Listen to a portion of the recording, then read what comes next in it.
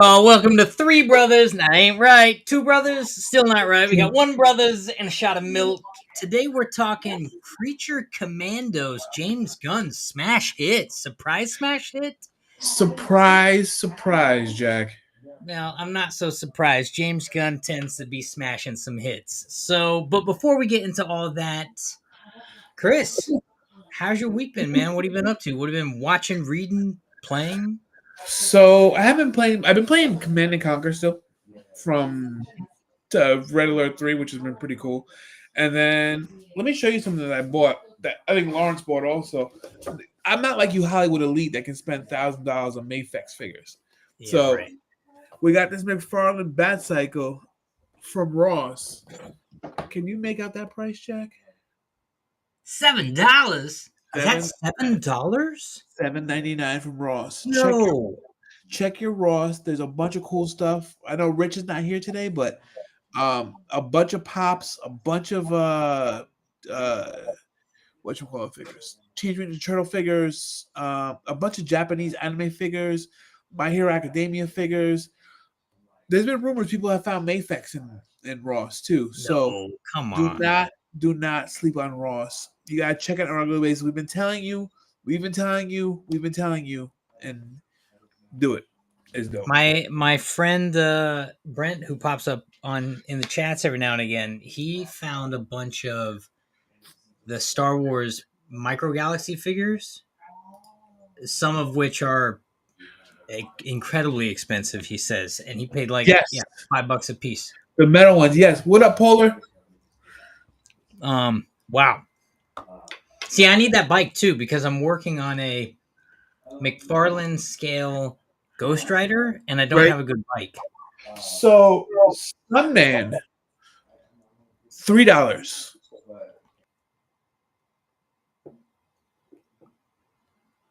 Did you freeze or did I I'm freeze? gonna go back. You froze. I'm gonna go back and buy that $3 Sunman. Yo, we got three brothers in the house. I haven't seen a Ross in New York. Is this Rich? And then Polar 24 knows Uncle Rich. Tell Uncle Rich to come back, baby. He's taking a little bit of a break, but we need him back as soon as possible. Soon as possible. What else you been doing this week? And that's it. I went to my sister got married, so I was in New York for a little while. Thank you. And then we got some good pickups from Midtown Comics, which is great because I'll talk about it more at Collector's Corner. But and that's about it, man. I've just been watching. I watched that. I watched Skeleton Crew. That's about it. All right. So yeah, I watched Skeleton Crew, obviously Creature Commandos, which we'll talk about. Are you liking Skeleton Crew? I love Skeleton Crew. In fact, my recommendations are inspired by Skeleton Crew. It's a really good blend of like that 80s genre Goonies flick. It's so funny you say that because I'm watching this and this is like I don't want to give away my recommendations, but Jack, I pick up the same vibe you picked up. I was digging it. Sebastian hasn't loved a Star Wars show since like Mandalorian. Like he couldn't get into Andor, he couldn't get into Obi-Wan. He lost interest in that. But this one, he was like riveted to both episodes back to back. It's the only thing like it. It's the only Star Wars property like it, and it still very much feels like Star Wars property. You know, I think this is what the franchise needed. It needed something that was still lore adjacent, but kind of doing their own thing where I felt like it was in a rut with these shows that we've been watching, and I think this is it. Is this the first bit of content we've gotten in a long time that's advancing the story, not going backwards in time? Right. Because we pick up pretty much, we pick up current times with where we are in the Star Wars universe. The New Republic is in place, and everything from the movies this is after the fact. So, which is kind of cool because especially if this is, you know, it's funny because the target demographic for this, you could be like us, like very well versed with Star Wars. I wouldn't consider myself a Star Wars guy, but I like Star Wars. Yeah. But you can have a kid like Sebastian jump in and watch it and be like, "Yo, I'm digging this." Right. Yeah, So and then like I know some people who are very well versed in Star Wars and they're digging it. So it really kind of it's good on both ends of the spectrum actually. yeah, The other thing I watched and I've watched it 3 times now. Superman and Lois. I we've been cannot going on and on in the chat about this. I'm gonna have to watch it. dude, I cannot stress. It is, in my opinion, the definitive Superman adaptation. Yeah, It's everything, and the way they handled the last season, with the exception of one episode.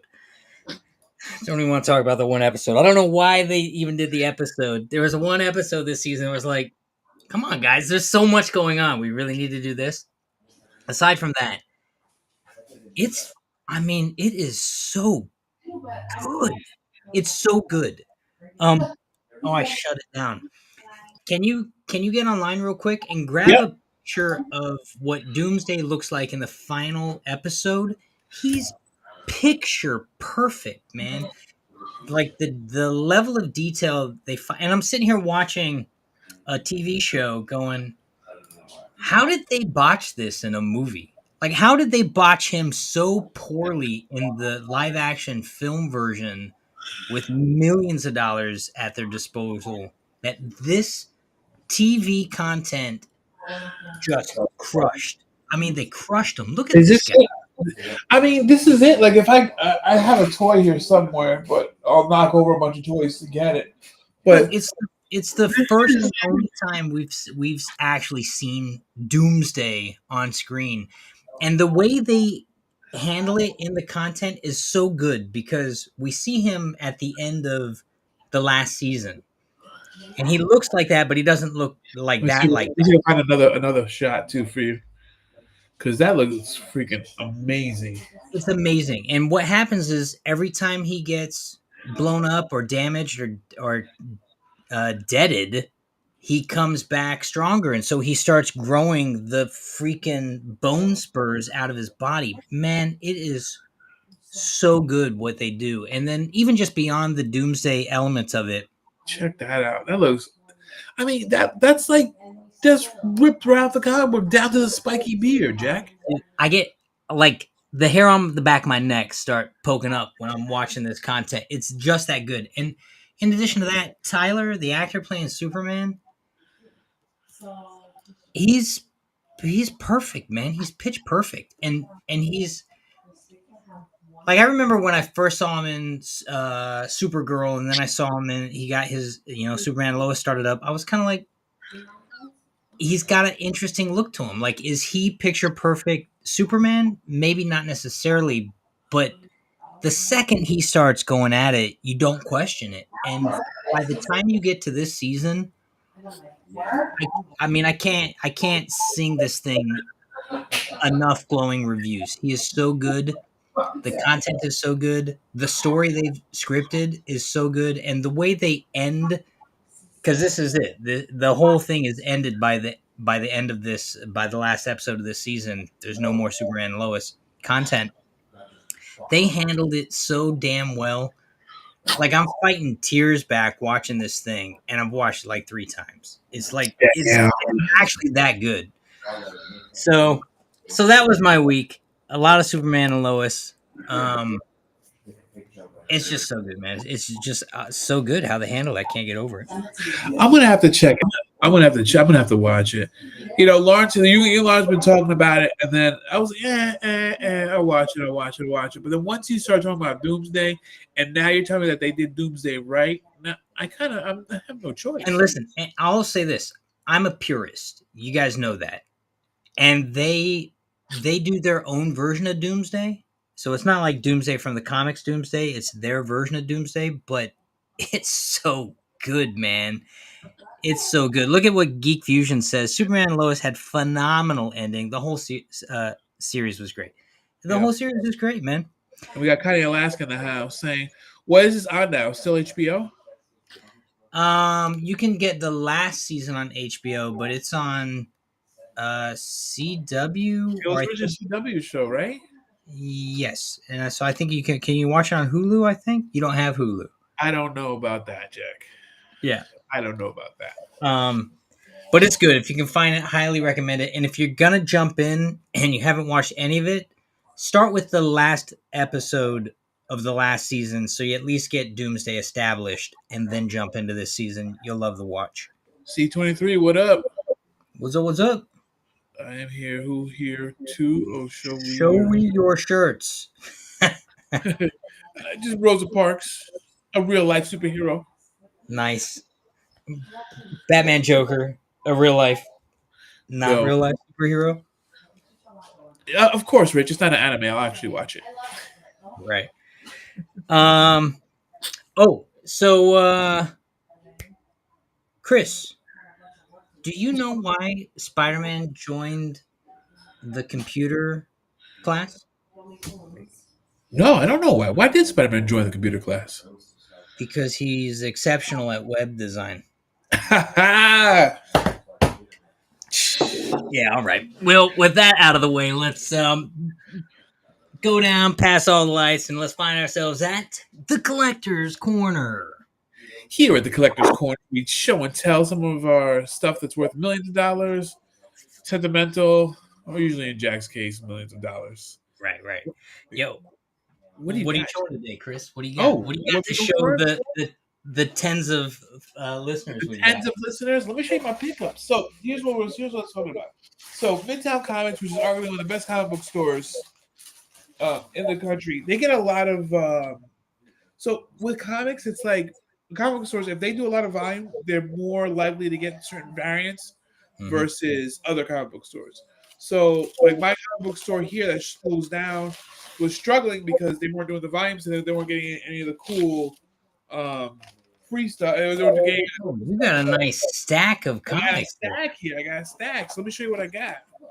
You'll be impressed, Jack. Everything's in bags and I boards, see Jack. that. Doing something different. Yep. So I got All In, number one. Hang on, I gotta pause you.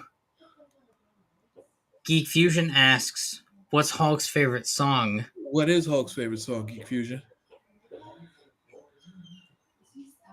And we'll come back to that. Oh, and the answer is It's not easy being green. do I Yeah, it works. that works. It works. It works. Why is Spider-Man so good at playing baseball? Why is that, Geek Fusion? Because he's always catching flies. Ah, That one works. See, Spider-Man works as jokes. All it right, does. let's see the comics. Okay, Here we go. I'll make myself big. So all this was we were talking about All In, number one. Yes. I got the foil cover Wonder Woman. Yo, sick. Yeah, I think this is number two though. Foil is back in, man. Look, I'm a '90s kid, Jack. We grew up on foil, man. Make that stuff glossy and you got me. That's it. We got Justice League All In. Sick. Just dope. And that looks foiled too. Foil Batman. Chris is like, give me all the foil you have. Give me all the foil you got. I got Absolute Batman variant Nice. cover, number one. It wouldn't be a Chris pile if it didn't have anything Venom. Hey, look at that. That's what if? What if Venom were the Punisher? I possessed the Punisher. Sick. Am I froze up or you froze up? You still there? Where'd I lose you? Well, there's a mad delay. It might be my internet, man.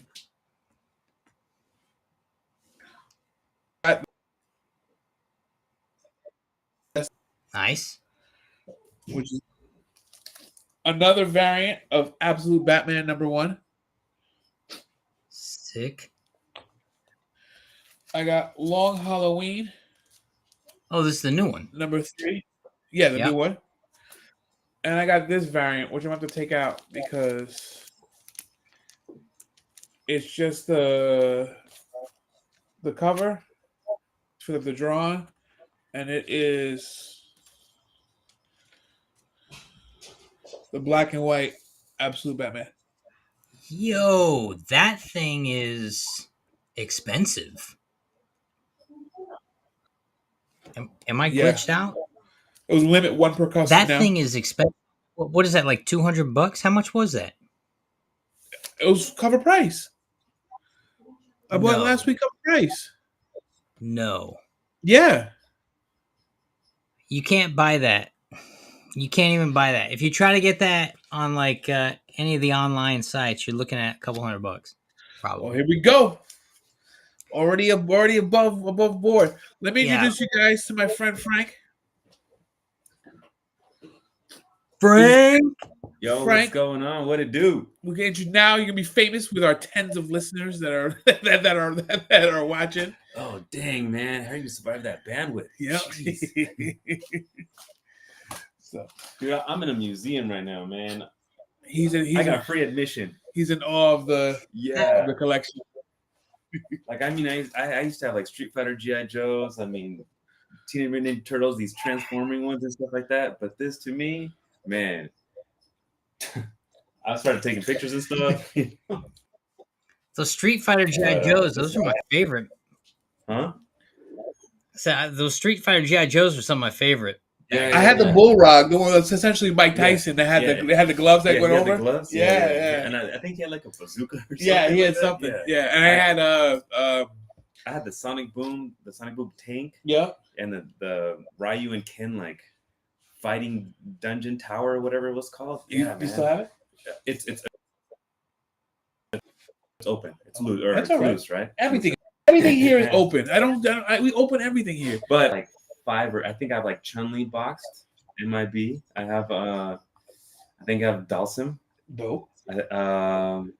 I think I had a couple others, but I know I still have a couple of them. Dope. Yeah, and then I tried getting all the Mortal Kombat 2 at that time. I think it was. Yeah. Oh yeah. And I have the Ninja Turtles, the 1980. I think it's like what Playmates, right? Yep. 1988 with the fan club, pizza fan club little paper thing. Oh sure. Because there were some that had like a release where had like the pizza fan club, and then they stopped doing it. And I think like April O'Neil had like white stripe, blue stripe, orange one, and I think the orange one was like the original. So I have those in the box. That's dope. Yeah. That's dope. You got some pictures, man. You got some pictures. Yeah. You put it on. We have a guy, and we have one of our guys that always participates. ETC. He's from Alaska, and then he's a collector too. And he'll find cool stuff up there, and he'll share it to the Facebook, and we'll share it. We'll share it with the group. You know, we're a big family here. Three brothers in Shadow Milk. That's dope, man. All right, Jack, you're up. Go ahead, sir. All right. So today I'm showing off just one card from my collection. And actually, it's a new pickup.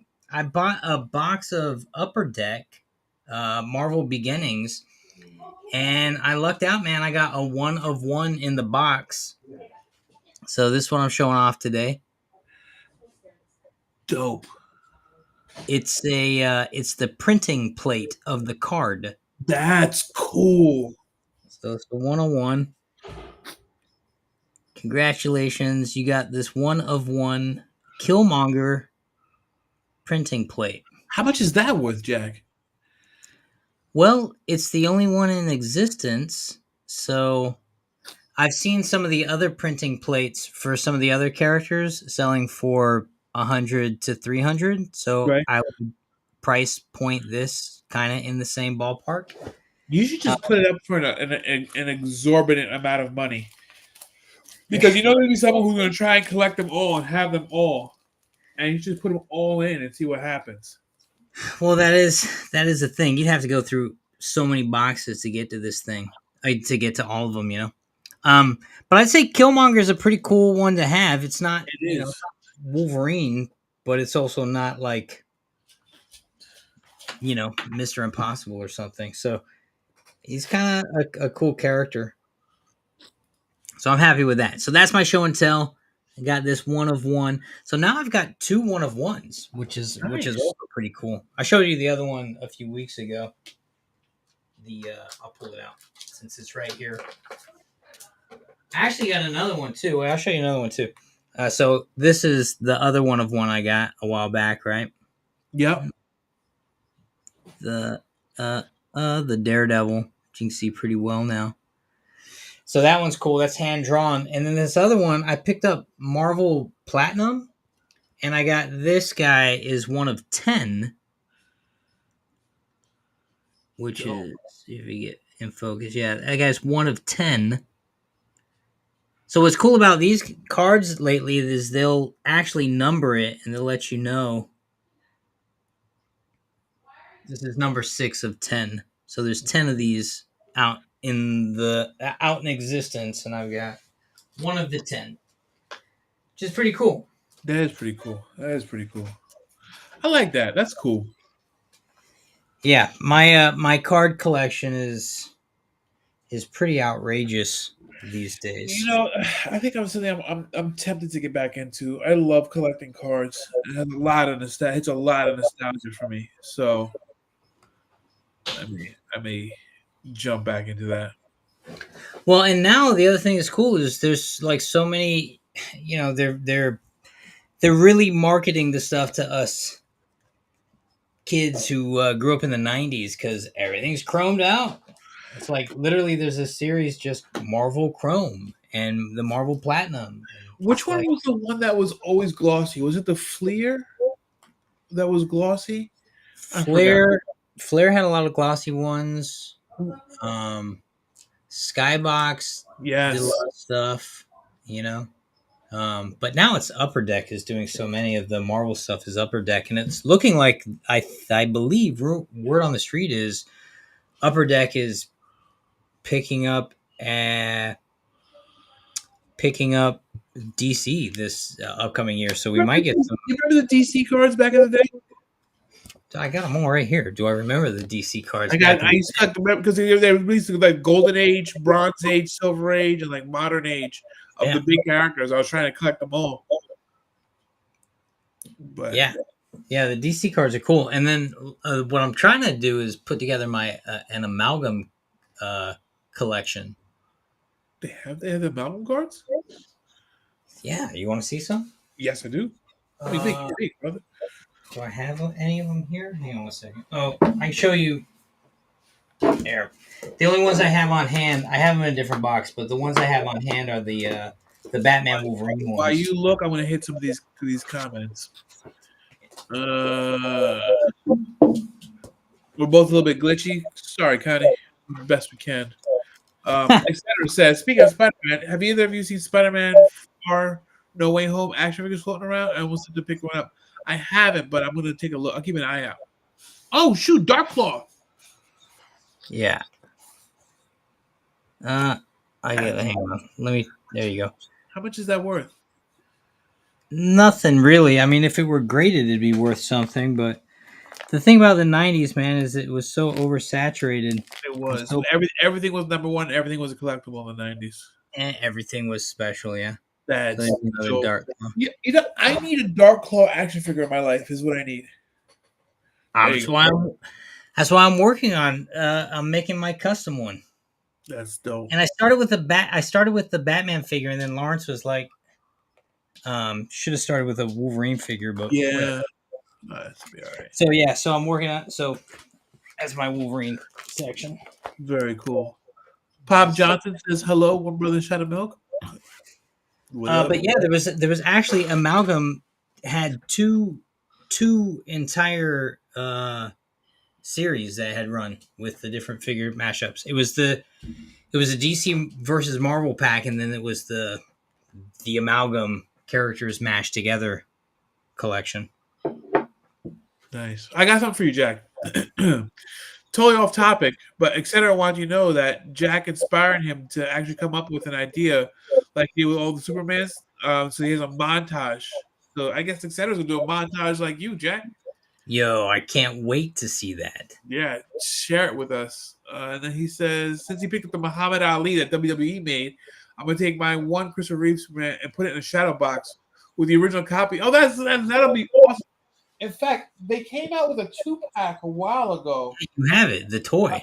I have it. I'll show it to you. Hold on. Let me roll over here.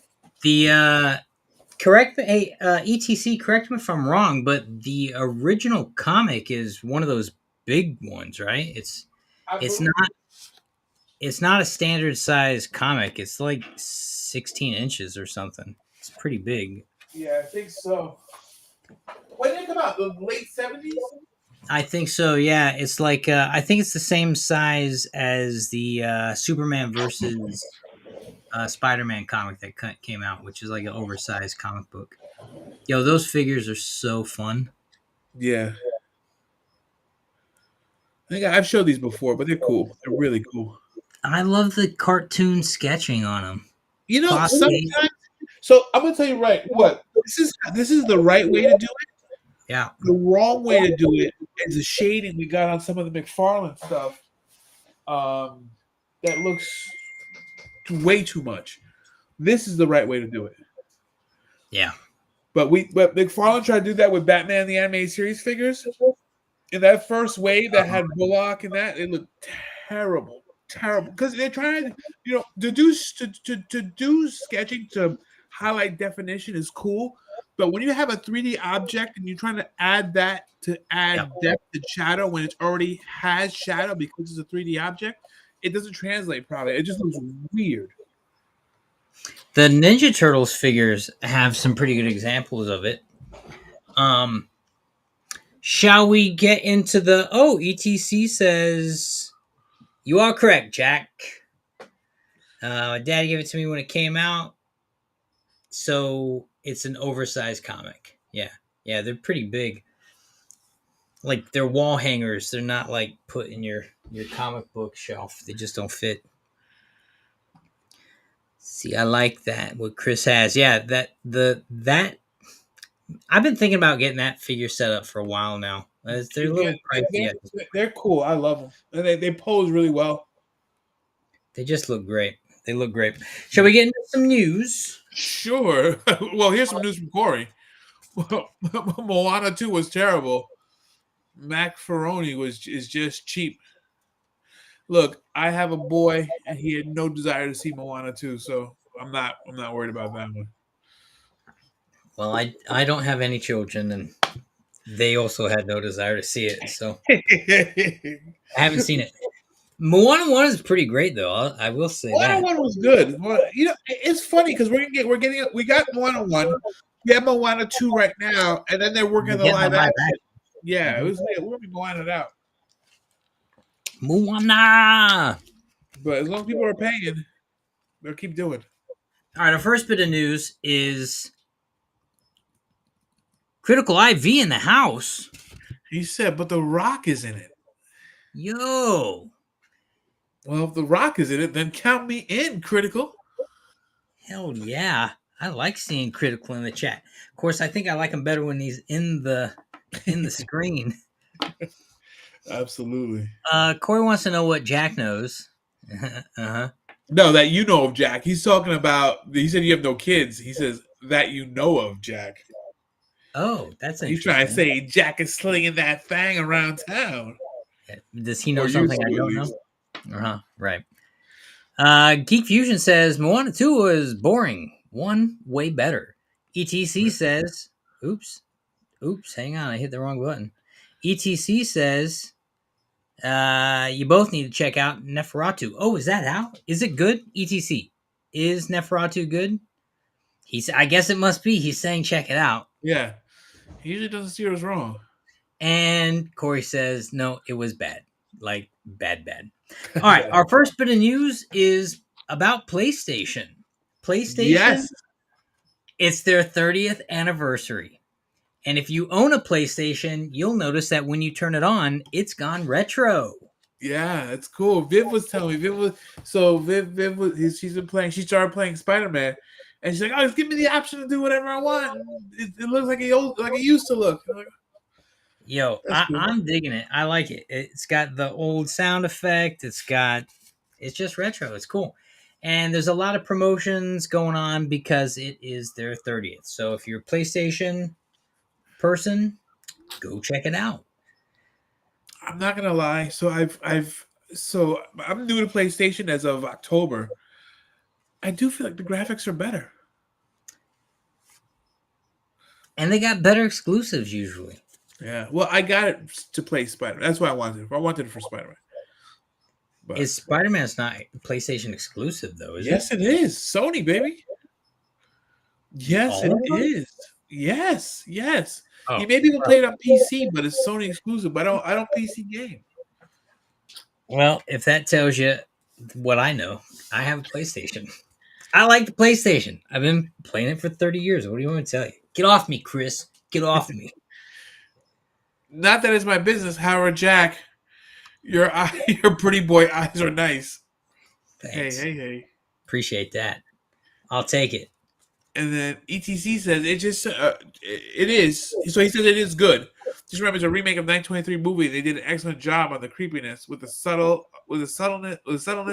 of the essence of the evilness of the characters. A lot of nesses in that sentence, but we get what you're saying. I'm going to check it out. I wanted to see it anyway. So, Where's Rich? You two idiots don't understand good gaming. Thanks, Corey.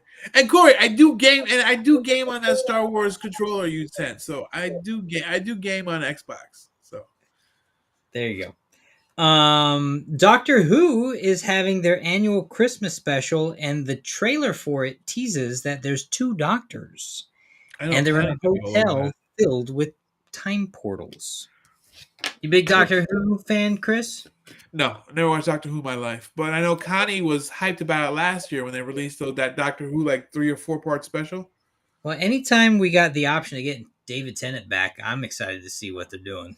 So maybe, hopefully, it's David Tennant. Who knows? Sure. Oh, here's some news you'll like. There's a new Venom comic coming out, Venom #1. I'm going to buy it. But here's what you might not like about it. Venom is getting a new host. It's going to be, what's his face? Flash, I think? Flash? Yeah. Flash? Yeah. Flash is DC, my friend. Not Flash like Barry Allen Flash. Flash like the bully in the high school, in Peter Parker's high school. Oh. Well, no. I took a bunch of pictures, but I forgot to send them to you. I was going to have you put them up. No, there's 4 characters they're teasing it might be. It might be this person called Madame Mystique. Okay. Robbie Robertson. Okay. Or Jimmy Jimmyson. Luke Cage. That would be dope. Give me that one. Or this guy Rick Jones, who is wearing a Marvel Comics. Isn't he one of the Hulk's guys, Rick Jones? Maybe. No, he just looked like me. He looked like an average white dude wearing a comic book T-shirt. To be clear, Jack, you're above average. I think Rick Jones in Marvel. I think that because I thought he was in that. Yeah, he becomes the blue guy. He was in the Marvel Agents of S.H.I.E.L.D. and he was a sidekick, and he becomes A-Bomb. Okay. Yeah. Hey, I'm not saying no. I don't know. You know. But those are the 4 people who they're hinting at could be potentially the next host. Fingers crossed for Luke Cage. Wouldn't it be a conflict of interest? It'd be kind of cool though. But I wonder if that works out more like Cosmic Ghost Rider, where Frank Castle becomes the host of the Ghost Rider. Oh. Did you read any of the Cosmic Ghost Rider? I have not. You have to check that one out. You have to. It's too good not to. It's Frank Castle becomes Ghost Rider, right? But then he becomes the Cosmic Ghost Rider because Galactus gives him the power cosmic. And him and Galactus try to take out Thanos. Spoiler, I should stop. But Cosmic Ghost Rider is so fantastic. And then what ends up happening is Cosmic Ghost Rider goes back in time to kill a baby Thanos, but then ends up becoming like he can't do it. It's a baby. He Is that like can't. that's like the Hitler the Hitler question? Like, if you go back and kill baby Hitler, would you be able to do it? Well, he's not able to do it, and so he ends up he steals the kid though. So he steals the kid, and you got this messed up Frank Castle, who's a terrible murdering superhero villain, anti-hero in the first place, ends up being the father to Thanos. It's I pretty get great. it. You gotta check this comic I'm gonna out. check it out. It's good, and it's not new. It's been out for a while, so you can definitely get it in the collected version. Yeah. All right, here's something you will love. Oh, this one's so good. I'm gonna save it. This one I'm gonna save. Okay. Maybe I'll end on that one. Reacher season 3 just dropped their trailer. This thing looks as bombastic as ever, and it is set to drop February 20th. I'm about that content. Give me the 80s Renegade Lorenzo Lamas 18 beat him up. Good guy gets shot. It brushes it off like nothing content. I love it. If you watch the trailer for it, they find a guy who's twice as big as the guy, and he's squaring off to him in like classic 80s style. And you're like, you kind of know he's gonna lose the fight, and Of course, and then he's gonna do a montage. Yes, he's gonna do like the Rocky montage where he's training, and the guy has like all the if they have to do that. You hope it happens. Yeah. Have you checked out? So Invincible season 3 trailer also dropped this week. Invincible season 3 is set to drop also in February 6th. That trailer looks great. This content looks great. It looks pretty brutal. He's finally It's one of the best shows on television. I don't, with so much content ahead of them, I don't foresee the quality going down anytime soon. And they wouldn't need to stop it anytime soon. No, It's like the Invincible. The only thing that's going to hurt Invincible is it's just going to take a while to get it out. and they're just scratching the surface of what goes on in Invincible. Yeah. So that's looking pretty great. Another trailer that dropped is Mission Impossible Final Reckoning, which is going to be they're saying it's going to be the last installment of How the many Mission Mission Impossible. Impossibles have we had? There's a lot, dude. There's a lot. There's like 12 of them. There's a lot. Mission Impossible Final Reckoning is set to hit theaters in May of 2025. They're saying May 23rd. I'm all about this content. I've been a Mission Impossible fan since the beginning, and I'm going to ride with them till the end. And if there's only one left, tragic. Creature Commandos open to glowing reviews. We'll get to it, and it's well deserved. Well deserved. Speaking of James Gunn says that the Superman trailer, which has been rumored to drop this December around the 16th, he says it will not drop on the 16th. No, supposedly they were saying it's like 2 minutes and 30 seconds long. They're saying trailer, not teaser. Yeah, they're saying trailer, like full 2 minutes, 30 seconds long of the trailer. And he's saying it will not drop on December 16th.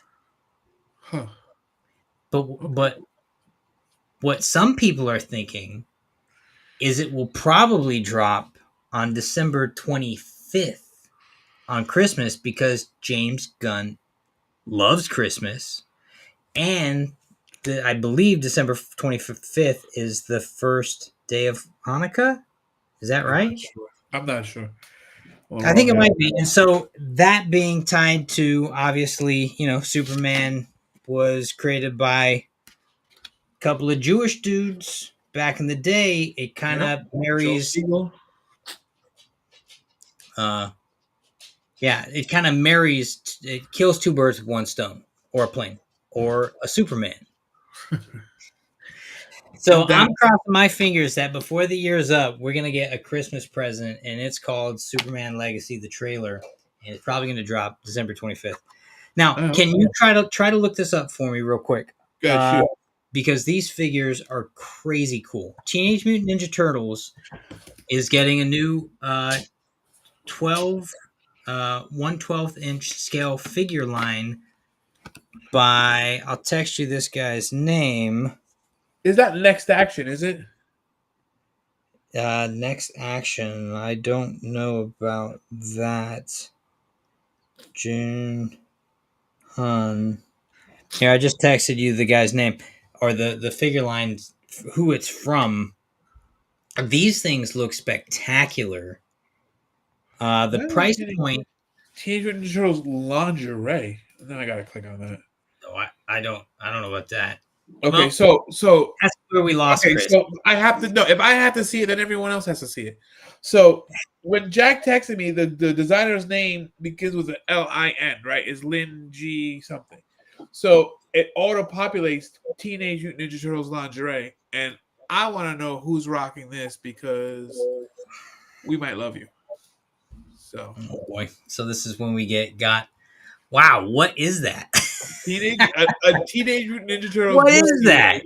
Now I know what my wife is getting for Christmas. Look, no judgment. Check. She should get some of my turtle power.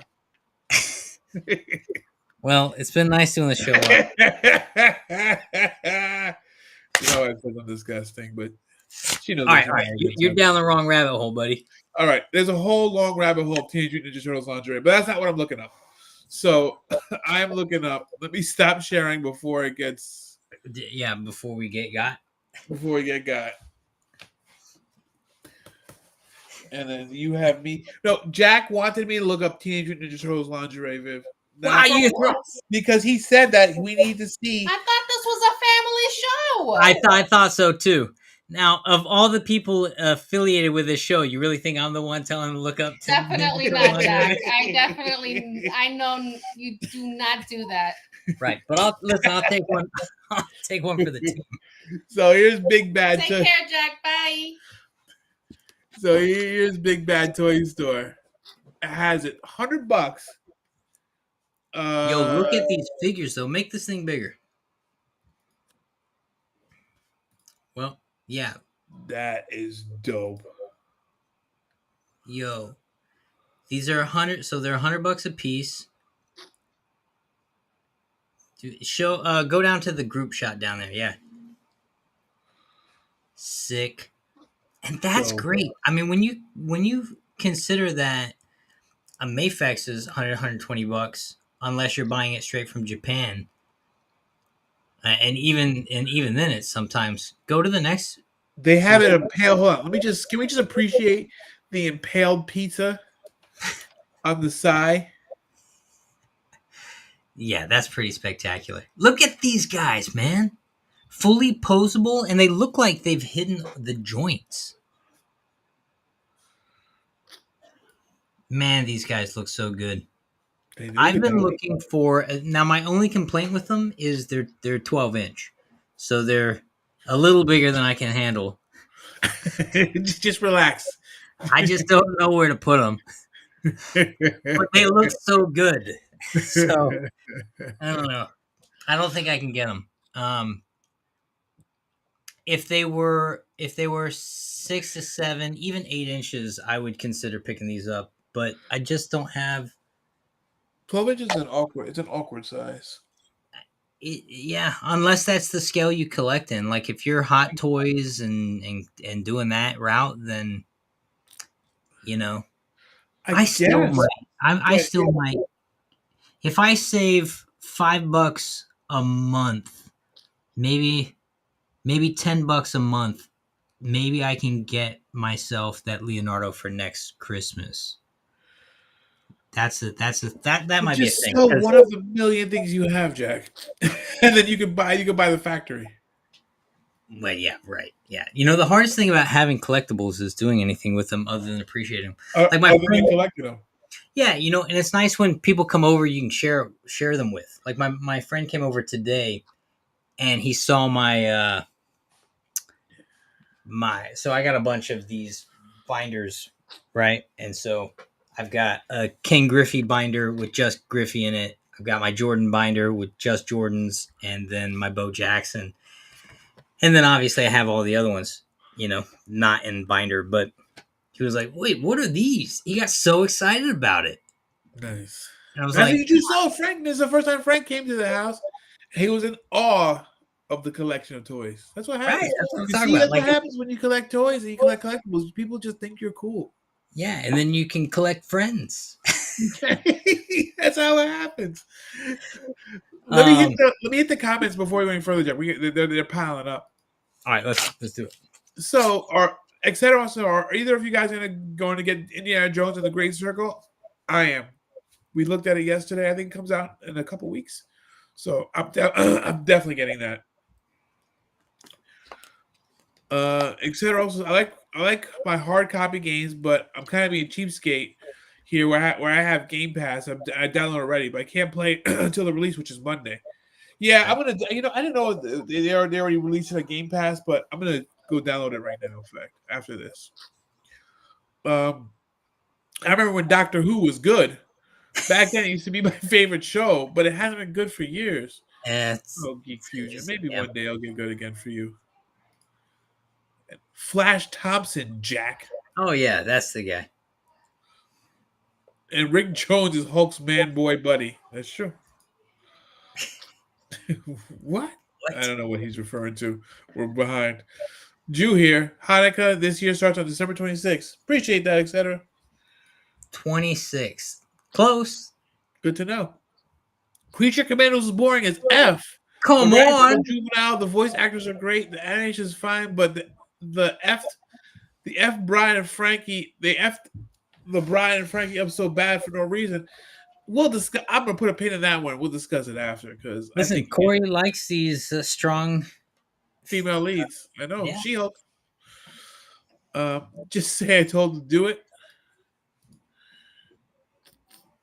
It seems like a little bit of a rip-off price. I don't know. I think we're talking about the turtles for a detailed 12-inch. I think it might be worth it. They look pretty good. Yeah, and I mean, I saw McFarlane's website. They had statues of the first issue of Superman, first issue of Batman, and they're asking $500 for them. Wait, what? Can I see a picture of this? Can you find this, Chris? Hold on. First issue. Oh, now are you talking about the plates, the wall hangers? Because I saw some wall hanger plates on sale. McFarlane. They look expensive. I didn't think they were $500 a piece. Though. Roxy, you're ruining the podcast again. She is the podcast. Yeah. Sorry. These guys, they're hanging up our Christmas lights, and they've been hanging up these Christmas lights for like the past 2 hours. You pay someone to hang your Christmas lights? Yes. You don't? That's a luxury I can't afford. Doesn't it kind of defeats the purpose of Christmas lights? No, we decorate the tree, but the lights outside, I'm not doing that. I work too many I'm jobs. going to need to see a picture of this professional light hanging. Yeah, I don't know. I mean, he's been doing it all day, so. I got to show you a picture of my tree. Yeah. Wait, let me tell you my tree story. Go ahead. Tell your tree story. So I got a Christmas tree. Well, we moved recently, right? Right. And so got rid of the old Christmas tree. And I work in a shop, and we do, commercials for Target and music videos and stuff like that, and different stuff. And so there was a Christmas tree where they kind of mutilated the top third of it, and the rest they never even took out of the box. Okay. And so it was a $500 Christmas tree, which is pretty good for a Christmas tree. Yeah, they're expensive. They can get expensive. I know. And so I was like looking at this thing, and they were going to throw it in the trash. And so I call up Sage and I go, "Hey, do you want me to take this Christmas tree? It's a pretty nice Christmas tree, but it's a little messed up." And she goes, "Yes." And then I call her back and I go, "It's missing the top third." Because I wasn't entirely sure what I thought was wrong with it. I just knew something was wrong with it. It was missing the top third. Okay. So I go, so I call her back and I say, "It's missing the top third. Are you sure you want me to bring this?" And she goes, "Bring it. Absolutely bring it." I go, "Okay, cool." So I get home and I open the thing up and I assemble it, and she's looking at me like I'm insane because it's missing the top part of the tree. And I'm like, I told you. I asked you if you wanted me to bring it, and she goes, I was so asleep when you called me. I had no idea what was going on. I don't even remember talking to you. I was like, okay. So that tree sat for like 2 weeks missing the top third, right? Okay. It got to a point where she was like, listen, it's either me or the tree. One of us is Sorry, Sage. one of us is leaving by the end of the day. And so I made a top third, and it's the best thing of the tree. It's the best thing about the tree was what was You broken, gotta and get a now picture and share it. I'll send you a picture. Let me see if I have something. I'll send you something you can put up right now and see what I'm talking about. She gets home and she looks at the tree, and I go, "Can we keep the tree?" And she's like, "It's the most spectacular thing she'd ever seen." I I'm never gonna send doubt you it. a video. You can play the whole video. How about this? Can you play a video on your thing? Yes, I can. I upgrade to Mac, so your text go to my computer. Yo, look at that. All right, send you two things. Did I send that to you? I hope I sent that to the right person. I just got the ping. Ping. Yeah. Oh shoot! So this is the top of my Christmas tree. All right, hold on. Let me move this over. All right, bear with me. I'm still learning, Jack. I'm still learning. I don't know if there's any audio on the video I sent you. If there is, you can probably just get rid of it. Yeah, just kill whatever audio is on the video. I don't know Okay. what's going on in the background. And nothing really. Doesn't matter. Come on, I want to see it. I want to see it. Hold on. Come on, let me see the tree. Hold on. I'm moving as fast as I can. So now the problem is, do we throw away the Charlie Brown Christmas tree after it was saved from the trash and gifted its one Christmas before it goes, or is now is it kind of a cool thing, and do we have to keep it? You have to keep it, That's Jack. the question. You have to keep it. What do you think? This is a game? Well, come on, let's see this thing. Hold on. I'm trying to find it. Here we go. Oh, shoot, Jack. Can make that way bigger.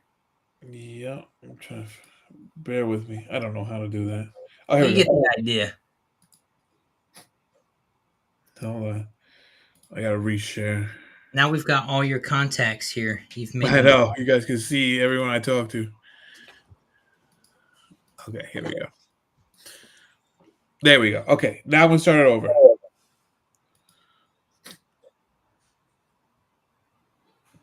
That's a good looking tree. That is a fantastic looking tree. I ended up taking some of the plants off the side of it. And I took the snow off the top of the tree. It was feeling a little overplayed. You got a little house back there. I hand painted all that. That looks dope. Yo, let me. You know what it reminds me of, Chris, is I'm constantly I think about this. I think about how there are mistakes in life and things break, and you can really easily give up on a thing. But if you invest in the thing, often that thing that made it broken or bad to start out with can end up being the thing that makes it special. Right. You know? Like, wow, that it's stronger than it was after the break, you know? And so that's kind of how I consider the tree. It's a Charlie Brown little Christmas tree, but it ended up being cooler because it was messed up than if it was just a tree. I was not showing it, but that looks great, man. All right, here's the last bit of news. Are you ready? Yep. If you have $3 million, approximately, which I do, just laying around. Continue. Then you, Chris, can buy a fully functional Batman tumbler.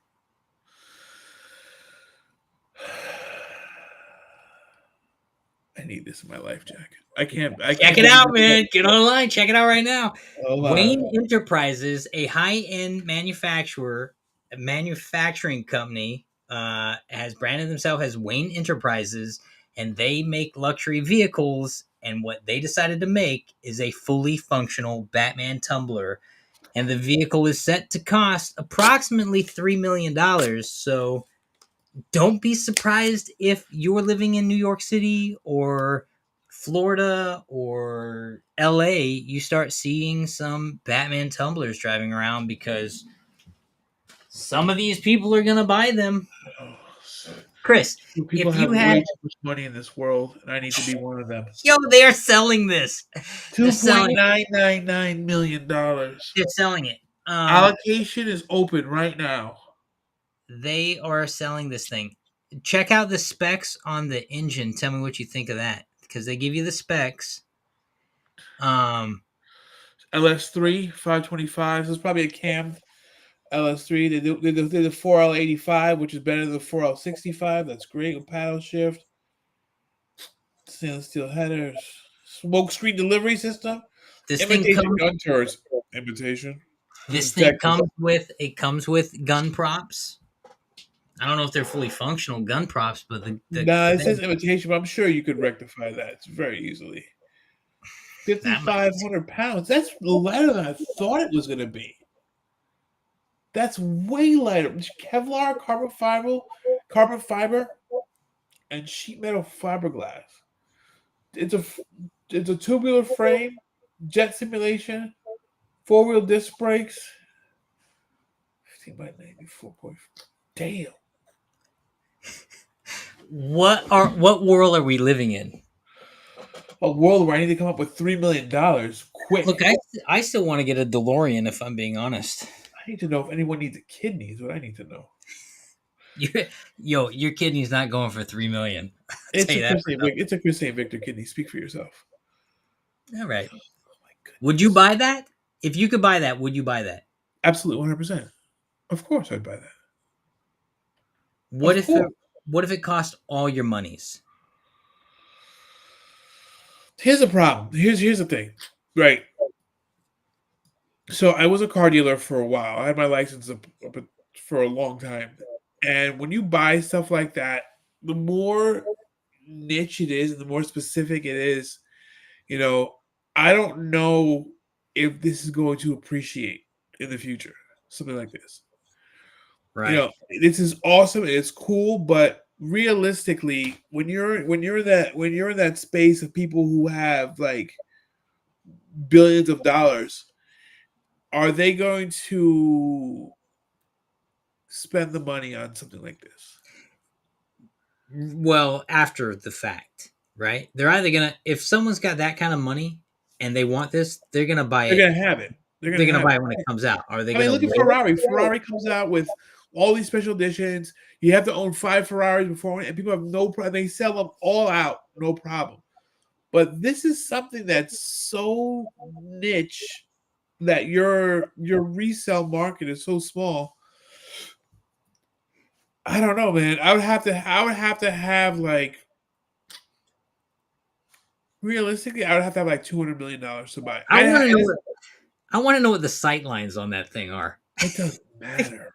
You can't see anything. Matter. So this would be something that you'd have to buy and be willing to keep. This is not something you'd buy and be like, "Oh, I'm going to keep this and hopefully appreciate and sell it on, bring a trailer for, $4 or $5 million." This would be something that you'd want to keep, and you get it for yourself and keep it for yourself, and not worry about whether it appreciates or depreciates. It's just something. Can you even drive that on a road? Like, where do you put the license plate? It doesn't matter. I would assume you could have for you find a place to play. Like right here, you put the license plate. We're definitely gonna kill the aesthetic a little bit. I mean, you got to make it somewhat legal, but I wonder how it handles off road. So the original Tumbler was super capable. So they actually, when they were filming the movie, they built that Tumbler to do the stunts that it was supposed to do. So if they built this in with any spec to the original Tumbler, it may be fantastic. It's not like the '89 Batmobile where you can drive like only like 29 miles an hour and then the thing shakes itself apart.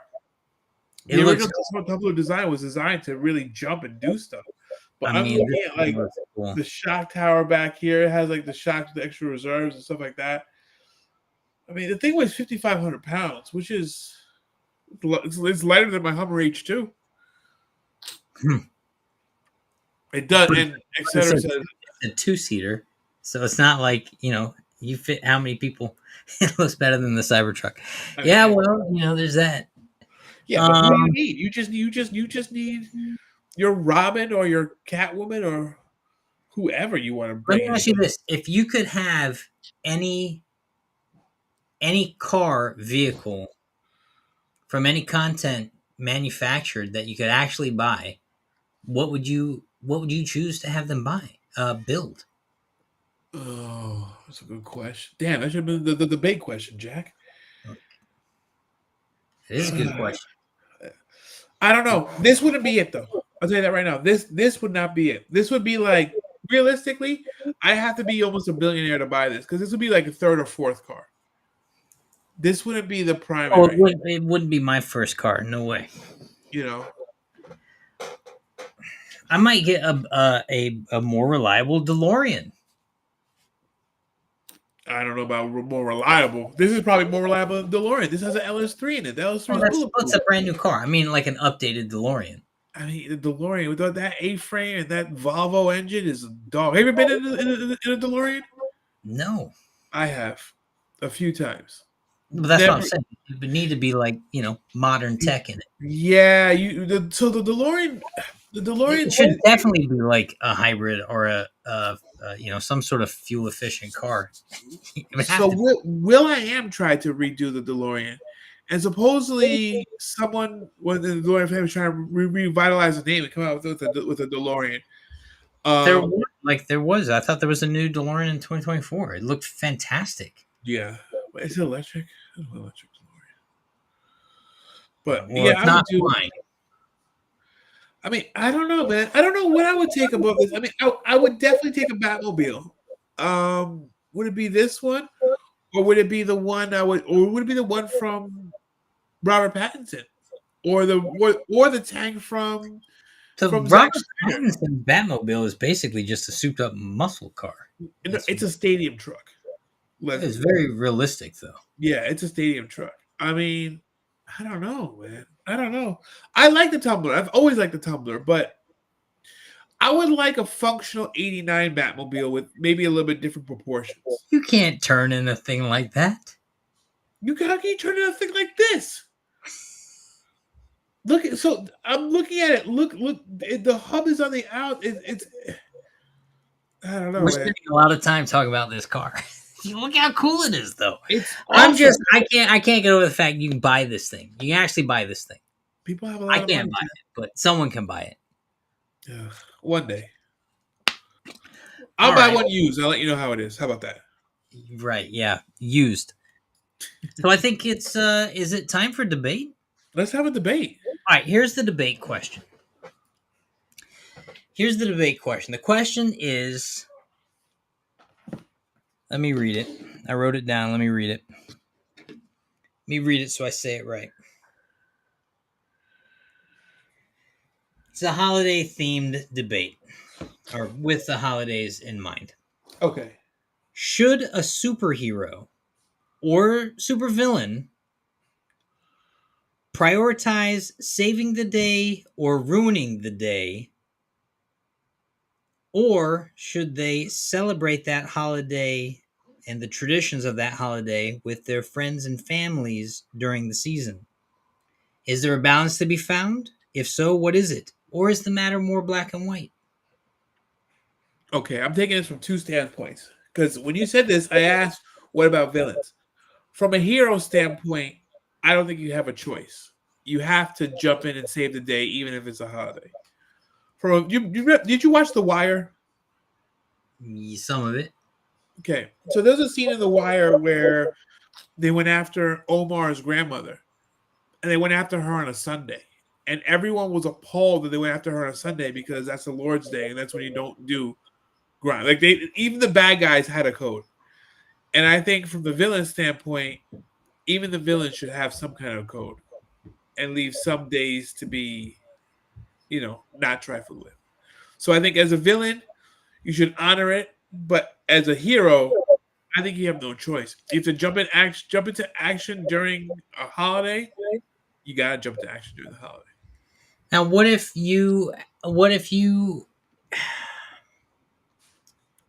you're trying to still preserve your secret identity? How do you explain that one? I gotta go out get more ice. I'll be right back. Gotta get ice. And then you smash your car and be like, "Oh, I got into a car accident. Forgot where I was." Well, what's funny is Superman and Lois, they actually kind of touch on this, and they talk about how hard it was for Superman not to break. Like what it cost him to maintain the secret, even with people like Jimmy Olsen, right? Who's supposed to be his best friend, and he never told him the truth. And the amount of times he let him down because of the secret, because of the lie. And so on a level, Go ahead. Go ahead. Finish it up. No, I have a question for you.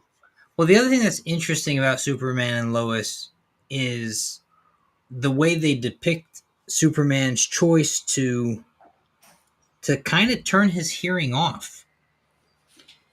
And it is a choice because he in that content, that version of Superman, came to realization that if he has it on 24/7, it's just too much for any person to navigate. Process. So where do you draw the line? So say you're Superman. We're both Right. Superman. It's Christmas. Yep. You're with your family. You're with Sage. You're with everyone who means something to you. They're there in that house with you. You hear a bank robbery. Do you leave? Yeah. I mean, listen, that's the hard question, right? Because on some level, the answer is always yes. But then, where do you draw the line? What's the balance? It's the bank robbery. It's the purse snatching. It's every small thing. Am I responsible for every small thing? No, you can't be. And I think that's the problem with. I think the times that Batman took over Superman's powers, and like he made like a snide comment to Superman, but I think that's where you got to draw the line. Like, if no one's dying, but someone's always dying somewhere, though, aren't they? The 2 people die every second. It's like 1.4 people die every second on this planet. So I mean, most of that is there are all kinds of reasons. Natural causes is a big factor in that, but not everywhere. And so if I'm Superman and I'm like, and they depicted this really well in a few comics where you see the guy like disheveled and beard and gnarly and he hasn't slept in like 2 months straight, and he's just going everywhere and he's like losing touch of reality and who he is, and you're like, and that's when Batman's got to step in, or whoever is close to him steps in and goes, "Hey, you have to find balance. Right. You can't." And it's so hard for someone who has that kind of power set not to constantly be going at it, right? So I don't know. I think the hard thing is, but then, or so then you start looking for the gray, right? Because black and white says, if I can help, I need to help. I should go help. Correct. But then I sacrifice everyone near and dear to me because I'm no longer responsible for that. I'm just out there saving everybody. But now am I responsible for pulling the cat out of the tree? I mean, hell, I might as well. No, I just stopped the not. bank robbery and the cat's You're right not, there. I you're can not, get the you're cat. not. And you need to, the same way you have an obligation to the public, you have an obligation to your loved ones. And I think if there are police in this world, and the police can do their job, even for minor things. So I think if multiple lives aren't in danger, and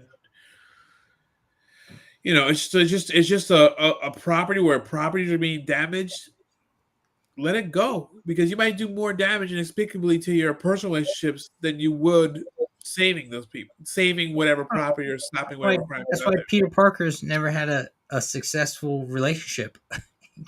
Not sustained. This is Like why you go back, and once you have that ultimate power, you just become, you gotta take control of everything. Because Oh, here then we there's go. no question. Yep. Here we go. It, Here we it go. all leads back to, Here we look, go. I'm telling you, this is why I say what I say. I'll be fair to everybody, but I'll be in control. This is the hard one for me because on some level, I guess the nature of it is if you're a superhero, are you morally obligated not to shut off, right? Or are you callous when you choose to shut off for the day? Like it's Christmas, I'm spending it with the family. No matter what, the world can take care of itself for 6 hours. Yeah. I think you have to shut off, because I think if you don't shut off, the damage you do to yourself psychologically is worse than you. I think you'll just do that, like you said, where those series where Superman's disheveled and he's not thinking straight. Then you start making mistakes, and then people start getting hurt. So for you to be at the top of your game, you have to disengage. You have to shut off sometimes. I don't care if you're Superman, you still got to shut off sometimes, because as super as we see Superman, mentally and emotionally, he's still very much human, and he still processes these thoughts and emotions and stuff like that. So, and we've seen it in numerous content, we've seen it across numerous platforms. So, I think the idea of you running yourself ragged to the point where you're going to be making these mistakes is more dangerous than you not stepping away for a little bit.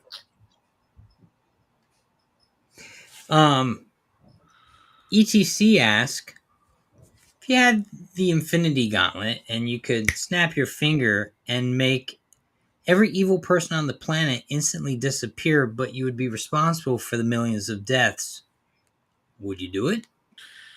Here's the line. Where do you draw the line? And that's the problem. Is it? Look.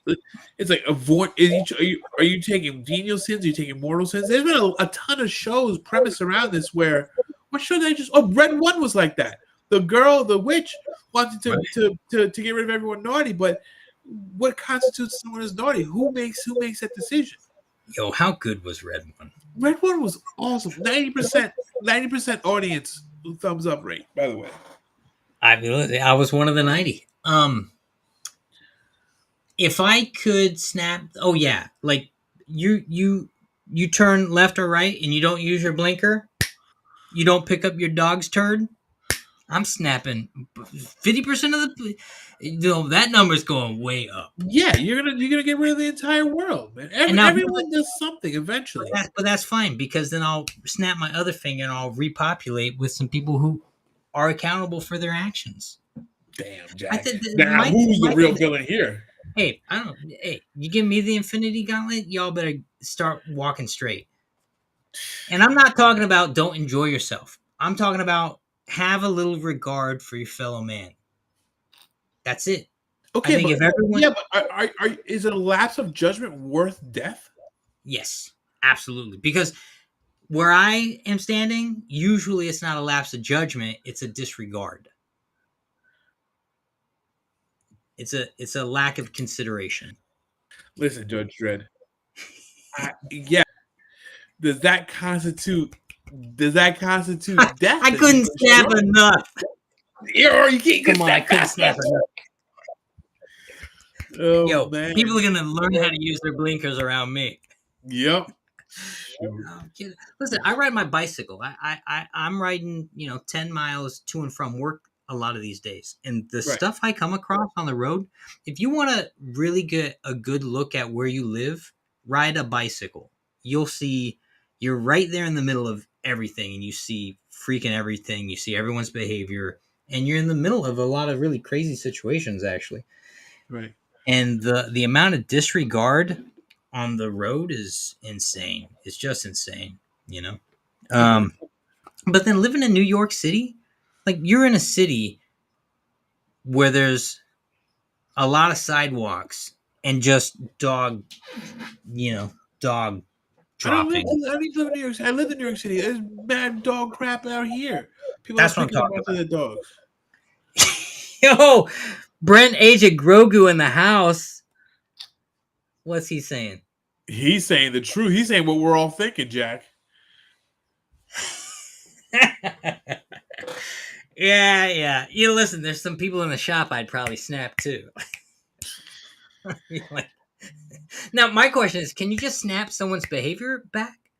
Because if you could give a behavior adjustment, I wouldn't have to necessarily get rid of them. Get rid of them. Yeah, but they're not. How are they going to learn? They're not going to learn why they. How they are they going to automatically know why they were snapped out of existence and snapped back?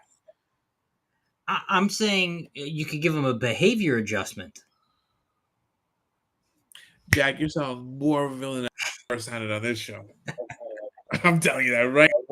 All right. Jack will be the ultimate supervillain.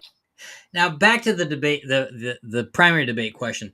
If it's a villain on a holiday, I think it's the villain's obligation to be as villainous as possible.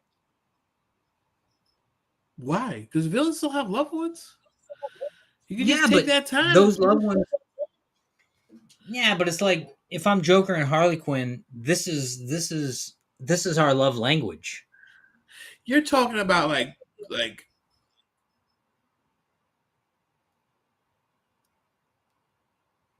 you're a villain like that, but I'm talking like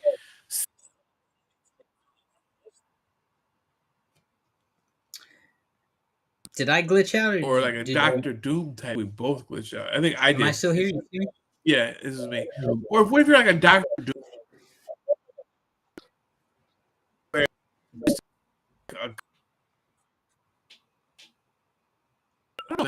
I don't know. If I'm getting my time, taking my vacation, acting up when I feel like acting up, I'm still taking my time. I still got people I care about. I'm just a bad guy. I don't know, but if I'm living for the evil, then I think I'm trying to plan it because listen, I may be a little on the OCD spectrum too. Like I don't mind intricate puzzles and I can sit for an hour just doing it. So I think if I'm trying to do evil, then I'm trying to do the most evil that affects the most people in the most negative ways. And the best time to do that is during the holidays. Because people are already I guess it depends on what kind of evil you are. Are you just a man that wants to see the world burn? Or are you an evil person that will do whatever you want to achieve your goal without regard for others? Well, both, right? Like even if it's petty crime, why not do it on a holiday? Because even if it's like petty crime, are you glitched or am I glitched? We're glitched out right now. We're good. We're good right now. Even if it's like I'm robbing a bank, right? It's probably easier to do during the holidays. There's probably less to contend with. I mean, look, you want to be honest. If I could commit any crime and get away with it, it'd be robbing a bank. I don't need to know that. So long story short, before I had Sebastian, I consider bank between robbery. jobs and going through a tough time. But I was going through a tough time, and I was driving Uber, right?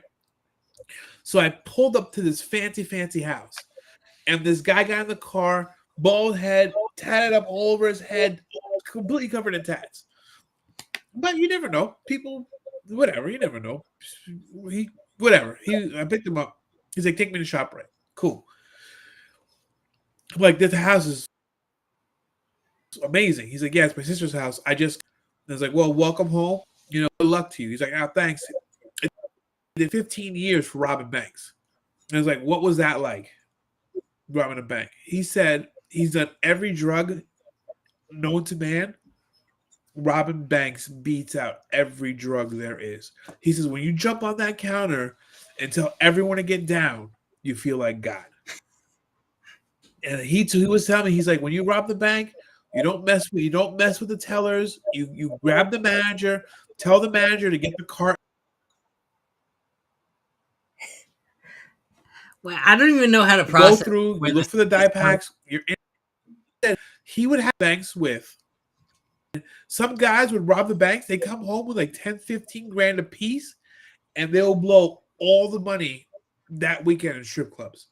It wasn't about the money. It was just the high of robbing banks. He's the only reason why he kept a regular job.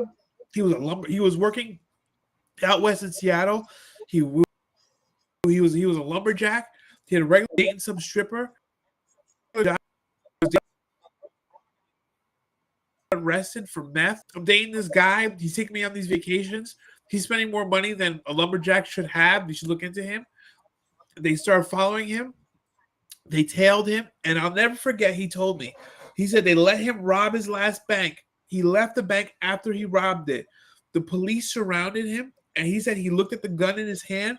He was like, "I think I'm going to hold court in the street," meaning he's going to shoot his. Yeah. And now he's like, "I'm going to have a life," so he gave himself in, and now he's living his life.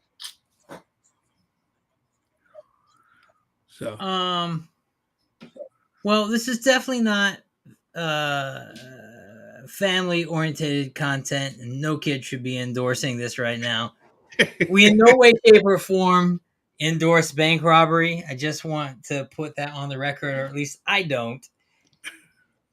But to each their own, I suppose. There's a lot of bank robberies. There was a lot of bank robberies in Washington, especially in the 90s, man. 50% gets solved, Jack. You got a 50-50 chance. If you're Two-Face, I'll take those odds. Well, it never occurred to me to rob banks. I hear Quaaludes were the best drug imaginable, but not like whatever they're making now. I'm talking about from the 70s. I heard that from Wolf of Wall Street. I heard that too, and I've had people friends who dabble in that arena. So we're talking superhero TV, comic books, video games, drugs, bank robbery, and so much more, strippers, and so much more. All right. Well, I think you won that debate. Oh, I did. Debate genius. Should we get to the reason why we're here? All right. So, totally forgot. We're actually talking about Creature Commandos.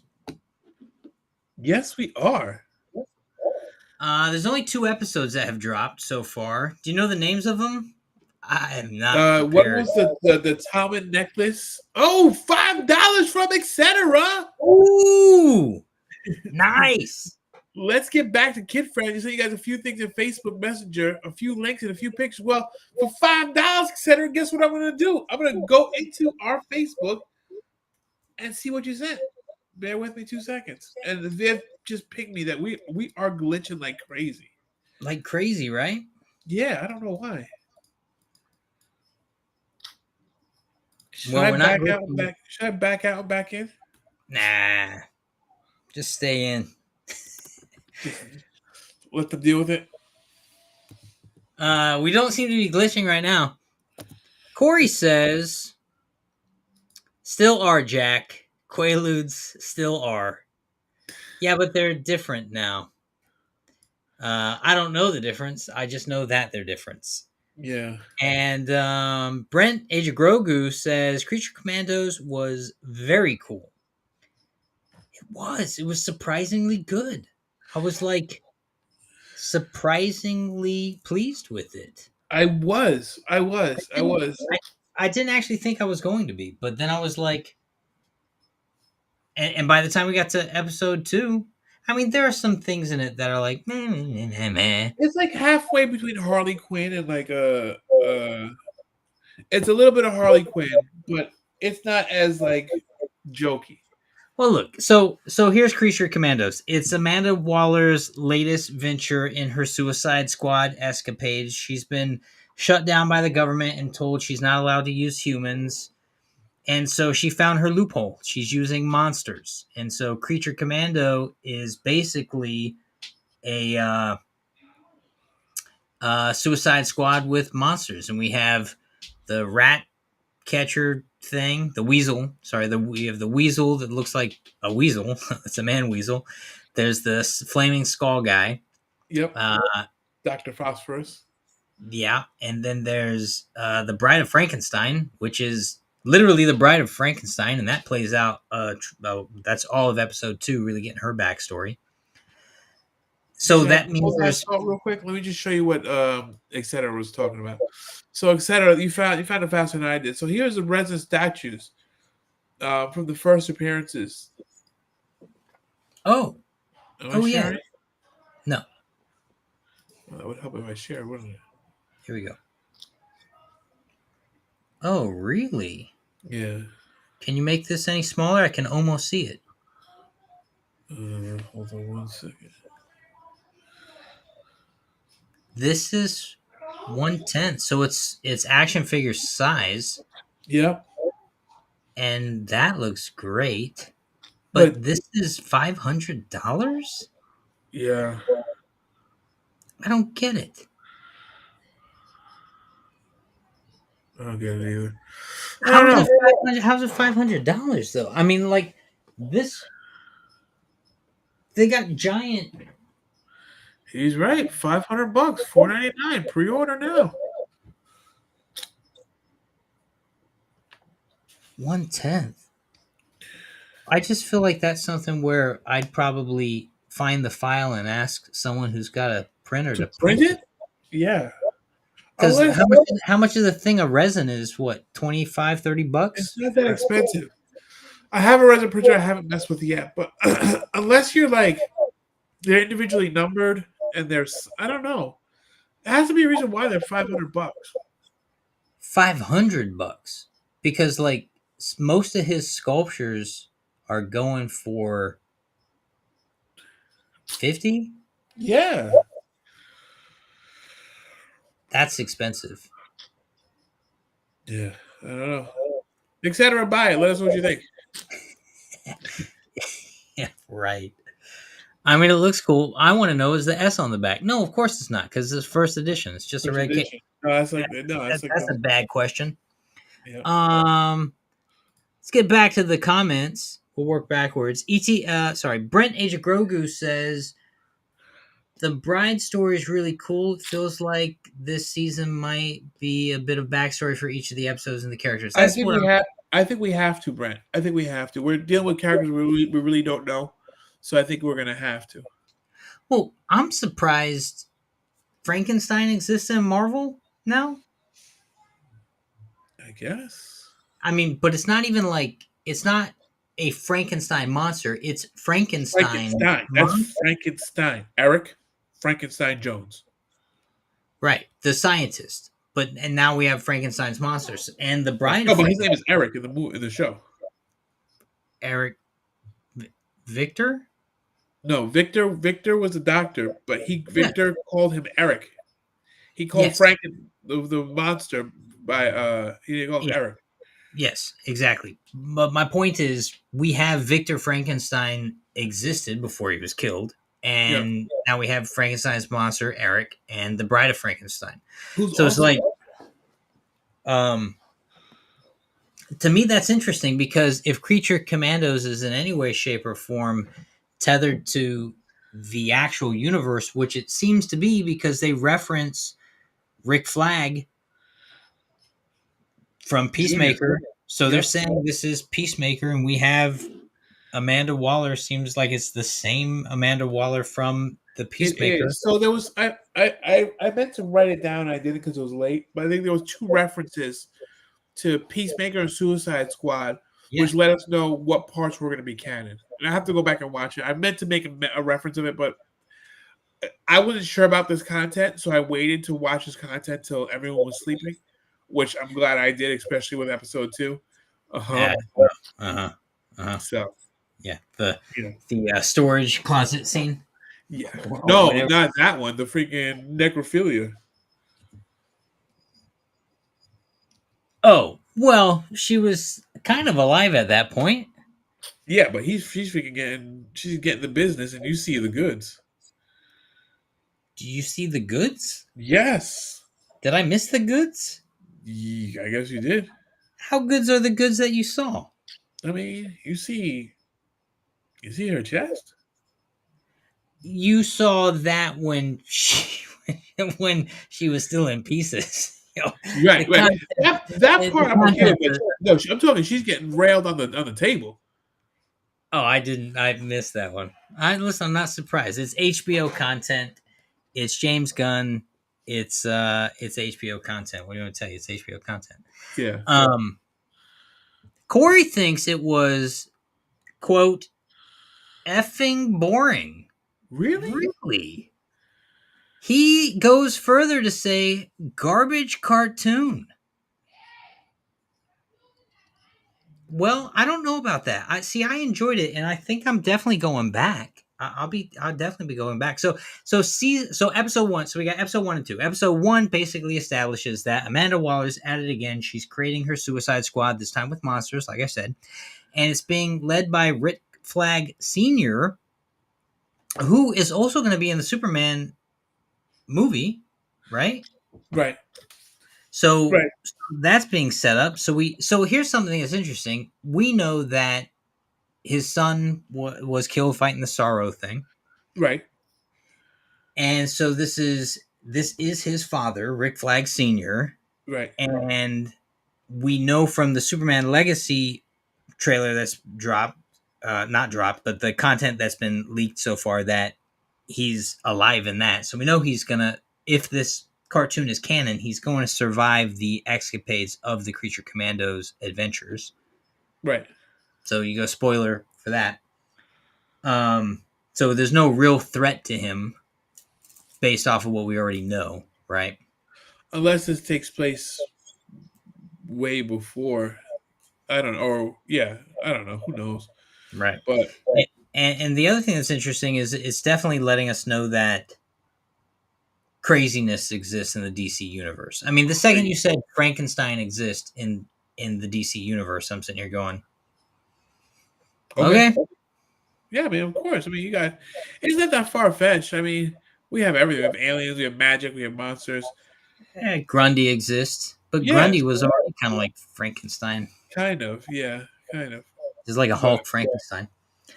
So episode 1 is Flag getting introduced to the creatures, and Waller already has a mission for them. And what was surprising to me was the Rick Flag Sr. was like, okay, cool. Yeah, my son's gone, whatever. And gets in the same bed that got his son.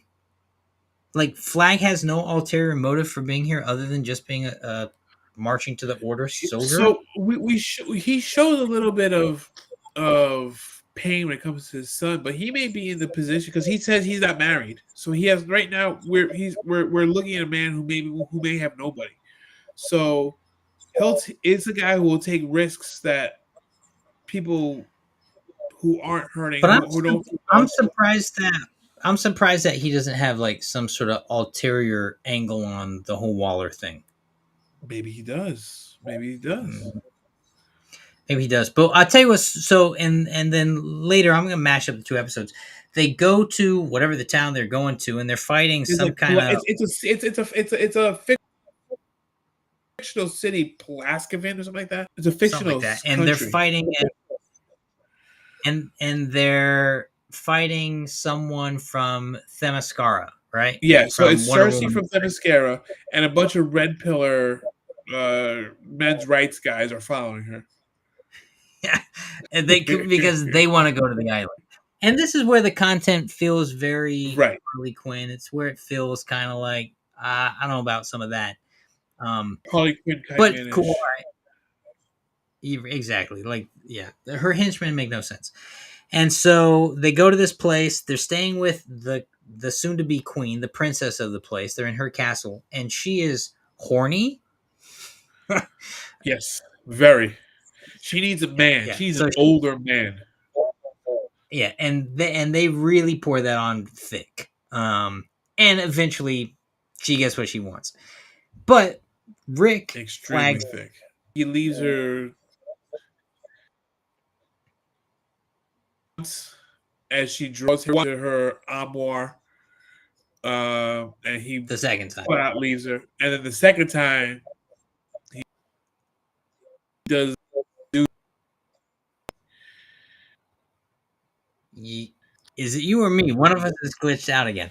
So yeah, the second time he does not have the strength to stop her a second time. In between the first and second time, though, a few things happen. There's a big fight between him and the atomic skull looking guy, Dr. Phosphorus. Dr. Phosphorus, right? Atomic Skull And is from Invincible, right? Atomic Skull is Superman. Is it? DC. Yeah. Come on.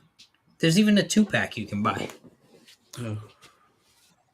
Is it for the future guys, Atomic Skull? I don't know. I don't think so. No, he's just one of the Superman villains.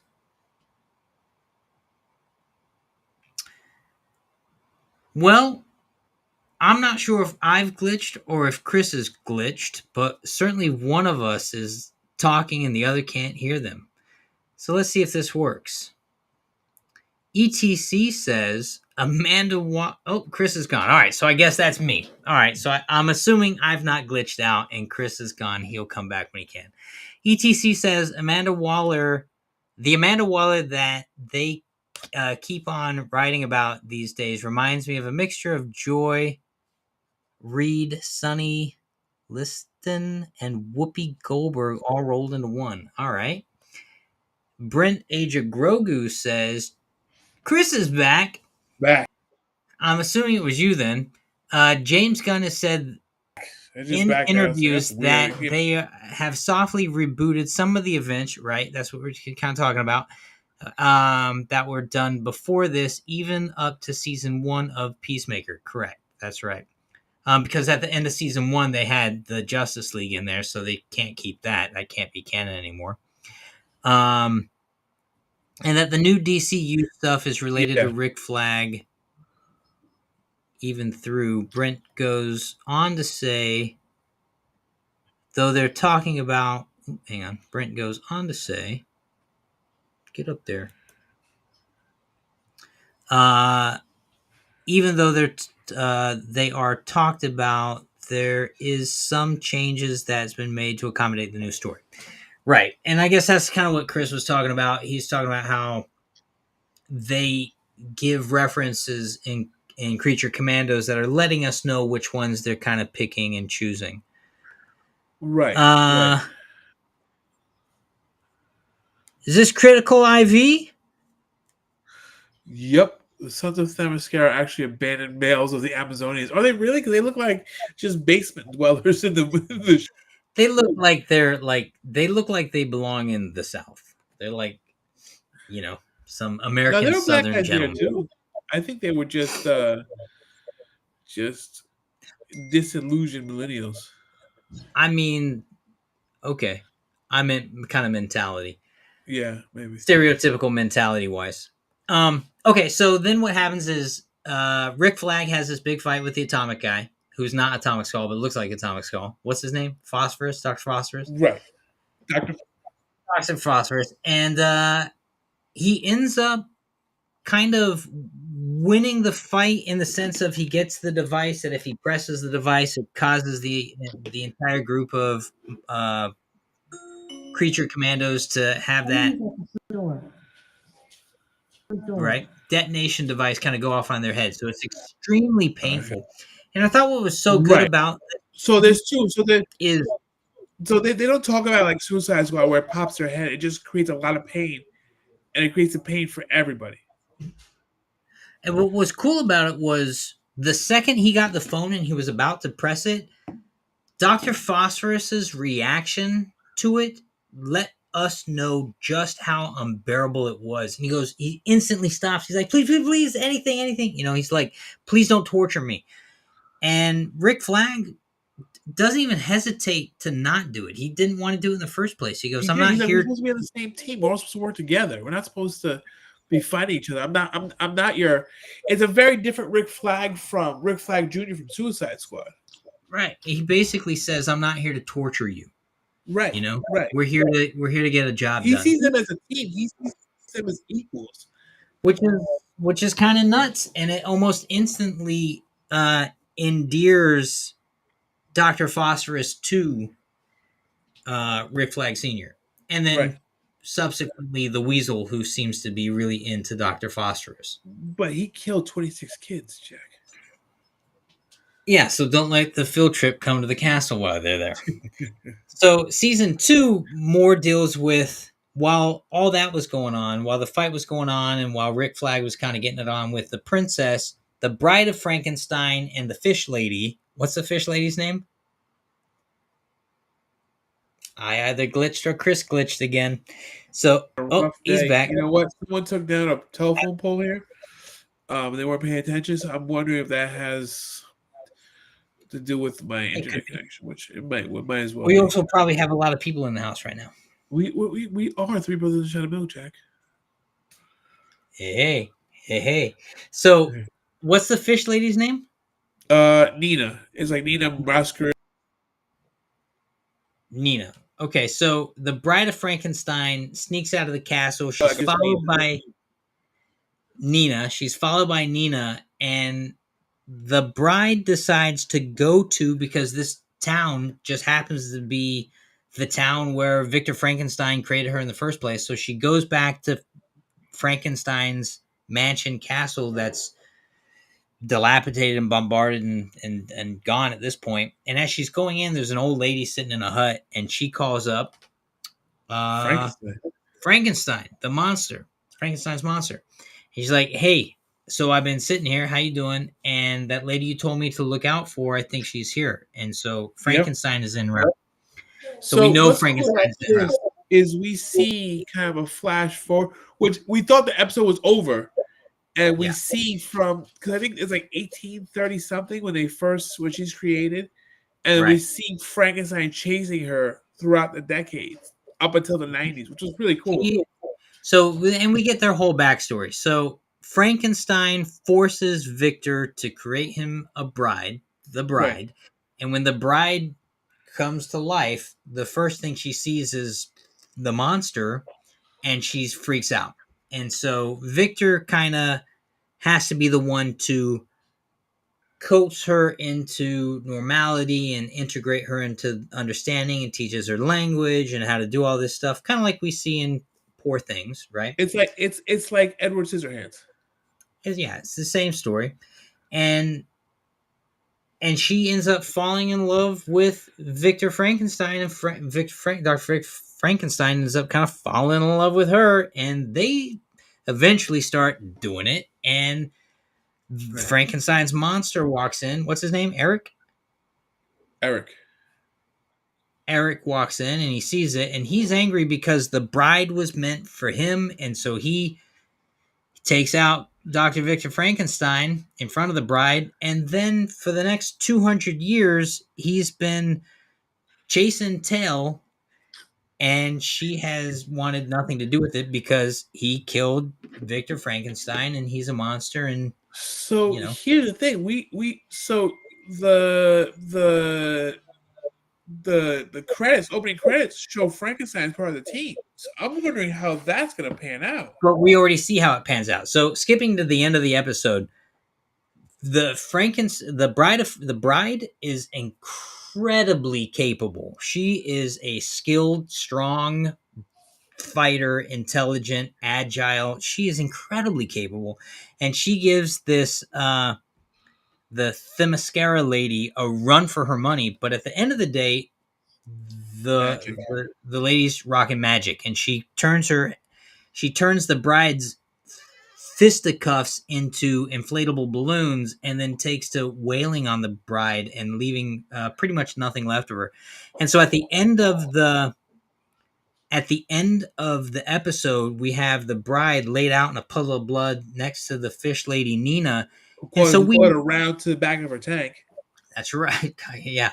And so we know, Chris, that the next episode, Eric, Frankenstein's monster, is going to show up, and he's going to save. I thought he was going to show up in this episode, mollywop everybody.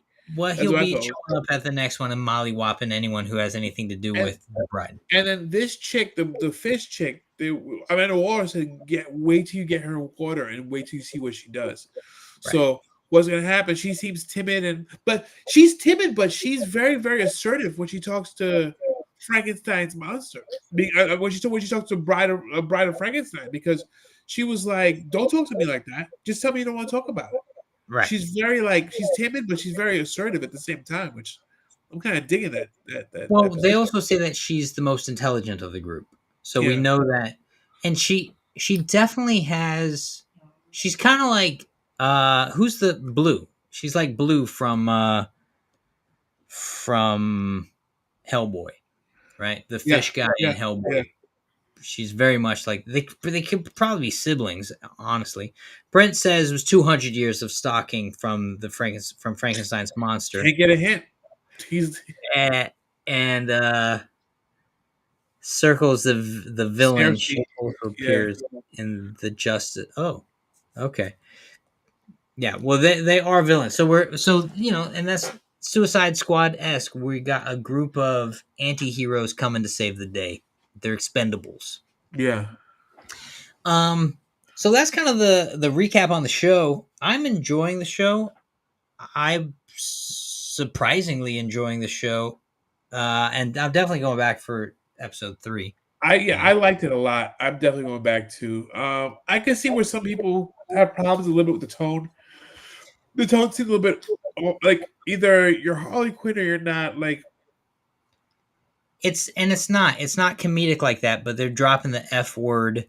yeah, They're dropping the language, and they're dropping the gratuitous violence, and they're dropping sexual cartoon themes. sex, Yeah. right?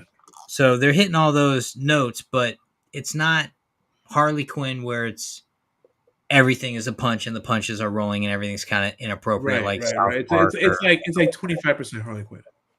Right. Yeah. Yeah. Well, But nature. it's working. I like it. I think it's fun. I think it's a good time. It's not boring. It's not boring. You can tell that this could have very easily been a live action. Oh Right. yeah. And I think that's the nature of James Gunn has written it. He's directing it. He's at the helm of it. He's definitely, he's taking credit for this. And his brother is voicing 2 characters, the Weasel and who else? Weasel and GI Robot. Oh, yeah. Yeah, G.I. Robot who just wants to kill Nazis. Yep.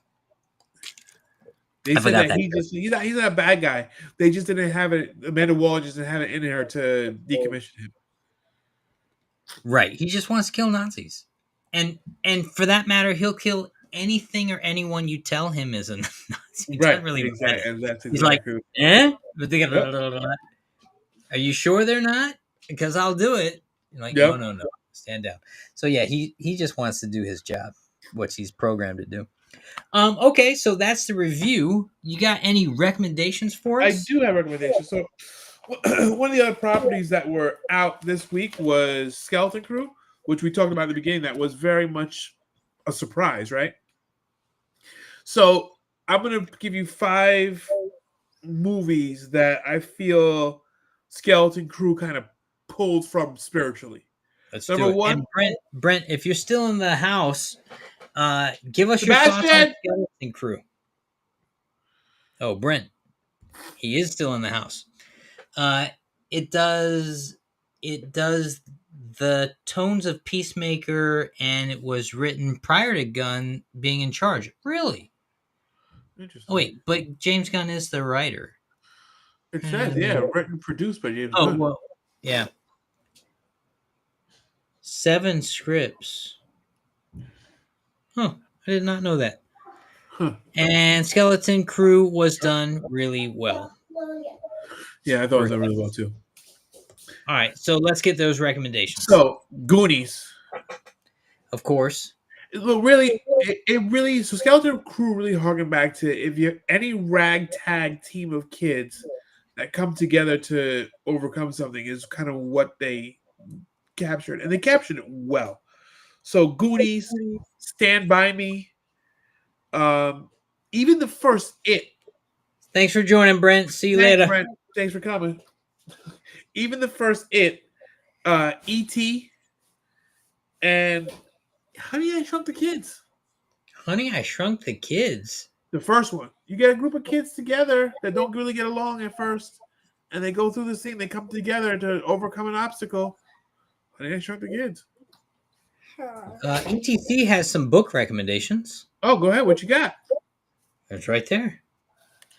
Oh, James Rowland's Sigma Force series is amazing. I have all 18 books. Check it out.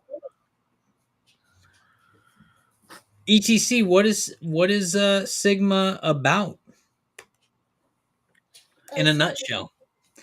All right, wait. Back to the recommendations. You said Goonies, Goonies, E.T., E.T., Stand By Me, of course. the first It, the new one from 2017, part 1 with the kids. Okay. Well, even the original It Yeah, is even the very original one. first half of it. And then Honey, I Shrunk the Kids. I guess that's true. Now, what about Stranger Things? Stranger Things could be there. I stuck to movies. Yeah, okay. So Sebastian wants to show you his new piece of art. Yo, I want to see his T-shirt. Bash, let me see that T-shirt. How cute is that thing? That's awesome, right? Super cool. I do admire artwork. Sebastian's going to start collecting art. So this is his first piece of art. Wow. Boxing gorilla. Wow. Can you send me a really clean picture of that? I have to send that to a friend of mine. Home goods, baby. You, no way. Really? Yep. It has golden boxing gloves. That is, It's ridiculous and awesome all in one package. Yes. It's ridiculous, it's so but perfect. valuable, but cool, but valuable. I love it. What a great I pickup. like it. Bash, good choice. Thank you. It's really spectacular. It's special. There's something really special about that thing. It's so funny.